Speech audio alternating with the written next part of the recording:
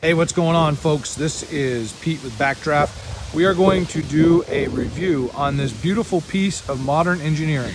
This is the Triumph Tiger Explorer 1200.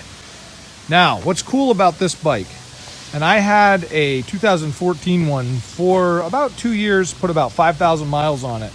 They are super duper versatile bikes. I will tell you the pros, and then I'm going to tell you a little bit about the cons on them. The pros, tons of power, 1200 triple power plant, just a super nice bike. Really does a good job at delivering power off the bottom. Second thing I really like about them, and as you can see, there is some aftermarket luggage, but this is a Triumph factory piece. Tons of space to store stuff, tons of space. And with a passenger on the back, the passenger can easily sit back, and they even make an optional backrest for those luggage, so it is pretty sweet. But I really did enjoy it. The comfort was nice. They have, as an option, heated seats front, and I believe also in the back. This one doesn't have the back one, but there's a little switch that goes right in there if you have it.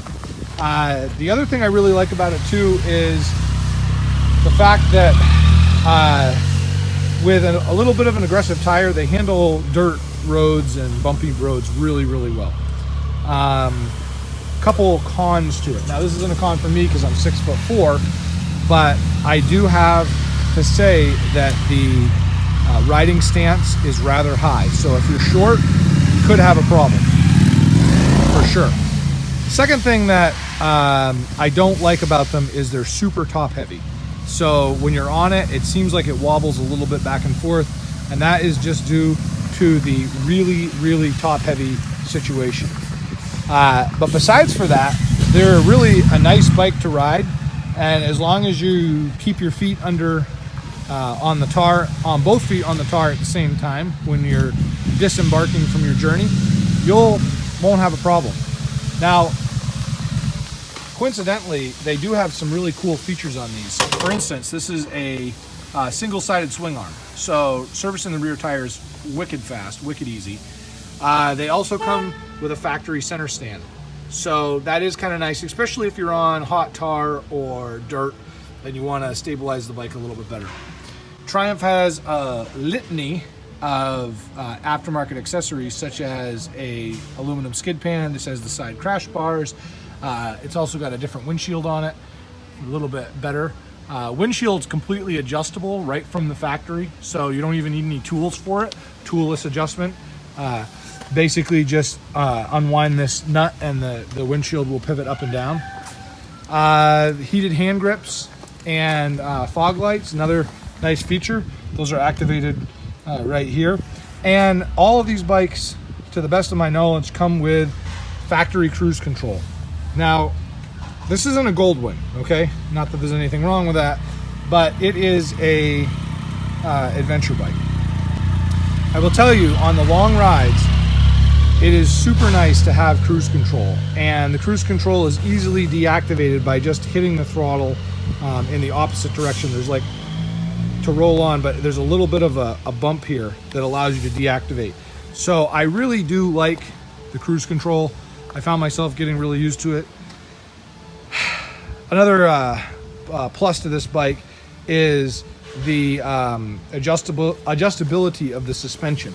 So without tools, you can adjust the monoshock, no problem.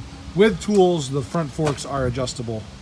But yeah, it's all in all a super nice bike, really fast, really comfortable to ride. I did have some trouble with the motor on mine, and if you do a Google search for cam bucket noise, you'll see that quite a few people with the early model bikes had this issue. And Triumph didn't cover mine under warranty, but the dealership here at National Power Sports was really good, and they fixed the bike. Ultimately, I ended up trading it in, and I'm now riding a Thruxton R, which is a totally different direction to go. But if I had the opportunity, I would definitely buy another Explorer again. And I would not go with the 800. They're just too underpowered. I would go with the 1200. So welcome to the voiceover portion. I'm not going to gush about the 100% awesomeness of this bike. I am going to just say this. I kind of miss my Triumph, and making this video with my Triumph Explorer has made me kind of wish that I still had it because it was so fun to ride. Pros. Bike has a ton of power, especially down low, off the line, all the way up to red line. This bike pulls and it's fast. Second off, that is a great feature when you're doing twisties like we are in this video, because that torque just makes it so much fun to ride. The cons that I didn't really like about the bike: number one, vibrations. The bike seemed to have a lot of vibration in it. I had to put ROX dampener risers on the handlebars to cut down the handlebar vibration. Your butt kind of goes numb after a while of sitting too because of the vibration. Again, maybe it was the issues I had with the motor, but it just happened to be a problem for a $20,000 bike you didn't think you'd have. Second thing about the bike is that it's super top heavy. So parking this bike twice, I tipped it over, which is crazy, but it's the only bike I've ever done, and I've been riding for 20 years. The bike's very top heavy when you have a full tank of gas and your rear luggage is loaded. So you just have to use a little bit of presence of mind when low speed maneuvering, especially in a parking lot. It's very embarrassing if you tip it over. The bike, also being top heavy, handles a lot differently than you would expect. It feels more like a dirt bike that's got a flat tire.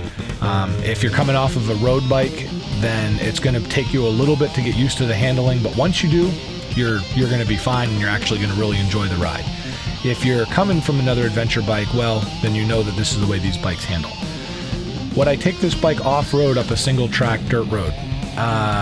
On a fire lane type of situation, yes. If I'm going over big rocks and doing off-roading, no. This bike is not a dirt bike. This is more suited for the road. It has some definite capability for the bumps, but it's so heavy that it would be very challenging to ride off-road in extreme off-road conditions. The bike was really, really fun. I went to Canada and back, almost 1,000 miles round trip. I really had a good time riding. The cruise control is nice for long trips. I never had that on a bike before, so that was kind of cool. The shaft drive is neat. It's low maintenance. All in all, I really did enjoy the bike, and if one comes my way and it's a good deal, I'm probably going to snag it. But I do think that there's a few small areas for improvement. And what I hear on the newer models, this one was a 2012, that they have improved them. So again, my opinions, hopefully it helps you in your decision. I did almost 10,000 miles on this bike and didn't put $1 into it. Thank you very much for subscribing, liking, and commenting, and have an awesome day.